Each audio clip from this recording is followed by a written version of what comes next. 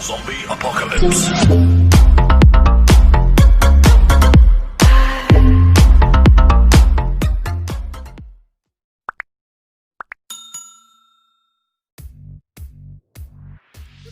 Assalamualaikum warahmatullahi wabarakatuh.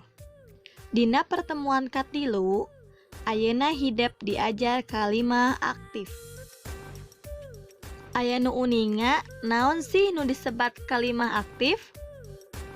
Kalimah aktif nyaeta kalimah anu jejerna ngalakukeun pagawean anu ditetelakeun ku caritaan. Dina bahasa Sunda, kalimah aktif anu utamina kanggo nangtoskeun heula Mana jejer, mana caritaan, mana objek. Contoh kalimah kahiji. Asih jeung Ema nuker main congkak. Asih jeung Ema kaasup kana jejer. Nuker main nyaeta caritaan.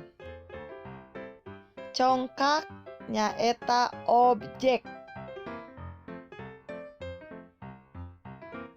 Ari nu disebat jejer teh naon? Jejer nyaeta subjek atawa palaku. Ari caritaan naon? Caritaan nyaeta predikat atawa kata kerja lamun dina bahasa Indonesia. Ari objek naon? Objek nyaeta anu ngalengkapan predikat.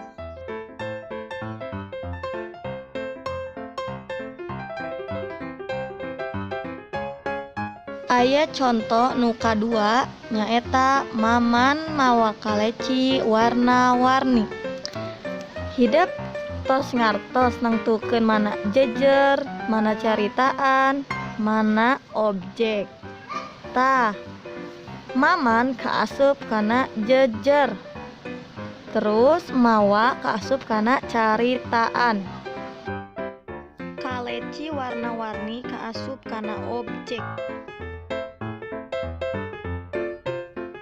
Kalimah pasif. Kalimah pasif nyaeta kalimah nu jejerna henteu migawe pagawean. Contoh kalimah pasif. Tah di dieu aya kalimah aktif, Asep nyentang kaleci, dirubah jadi kalimat pasif. Kaleci dicentang ku Asep. Ayeuna hidep bisa nangtukeun mana kalimah aktif jeung mana kalimah pasif.